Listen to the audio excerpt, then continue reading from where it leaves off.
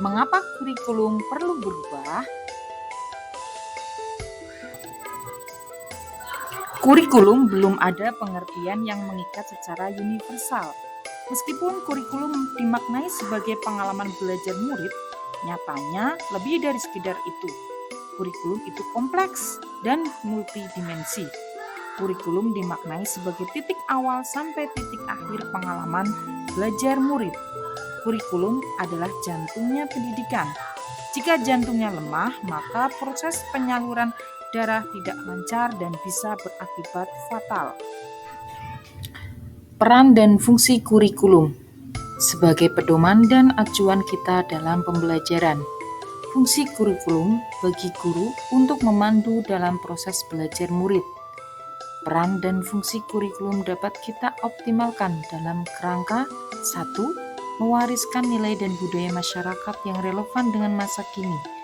2. Mengembangkan sesuatu yang dibutuhkan saat ini dan masa depan. 3. Menilai dan memilih sesuatu yang relevan atau kontekstual sebagai kontrol sosial. Guru sebagai ujung tombak implementasi kurikulum dalam proses pembelajaran. Kita tahu bahwa kurikulum nasional perlu disesuaikan dengan kebutuhan satuan pendidikan, sehingga perlu adanya pengembangan kurikulum yang sesuai dengan satuan pendidikan, sesuai dengan konteks dan karakteristik peserta didik. Proyeksi pendidikan tidak hanya pada kognitif, sikap, psikomotorik, tapi juga value atau nilai yang melengkapi kompetensi peserta didik. Transformasi pembelajaran dengan paradigma baru menekankan pada penguatan kompetensi dan materi esensial atau bermakna. Bukan banyaknya materi, tapi konten atau materi esensial dalam pembelajaran yang dilaksanakan secara dalam. Salah satunya dengan siklus pembelajaran inquiry yang menekankan pada rasa ingin tahu sebagai dorongan belajar murid.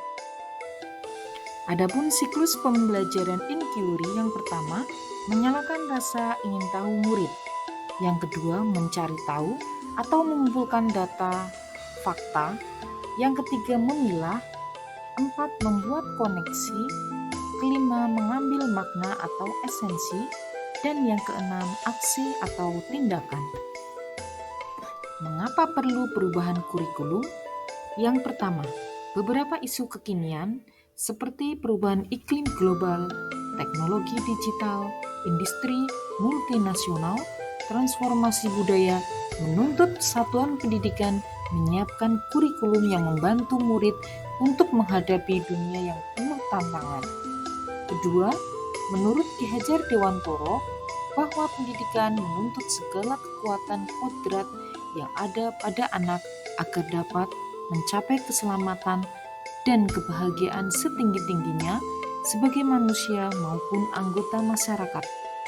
Maka demi menuntun kodrat murid, pembelajaran termasuk kurikulum yang kita selenggarakan harus terus menyesuaikan dengan kebutuhan mereka. Guru harus terus belajar dan memahami tren murid kita yang tergolong generasi Z dan Alpha yang sulit dipisahkan dengan media sosial.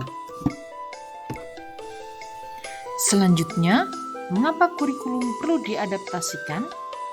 Konteks satuan pendidikan yang beragam membuat banyak hal tidak mudah diimplementasikan dalam kelas.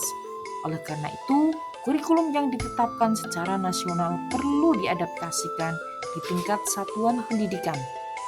Keadaan sekolah dan sekitar kita memang berbeda. Murid kita pun berbeda-beda. Perubahan-perubahan lain pun terjadi di sekitar kita.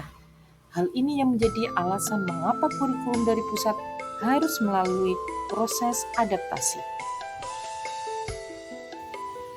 Adapun kerangka kurikulum: 1. Tujuan pendidikan nasional. 2. Profil pelajar Pancasila. 3. Struktur kurikulum. 4. Prinsip pembelajaran dan asesmen. 5. Capaian pembelajaran. Adapun melakukan adaptasi kurikulum yaitu dengan cara merancang kurikulum operasional satuan pendidikan atau KOSP yang disesuaikan dengan kebutuhan murid.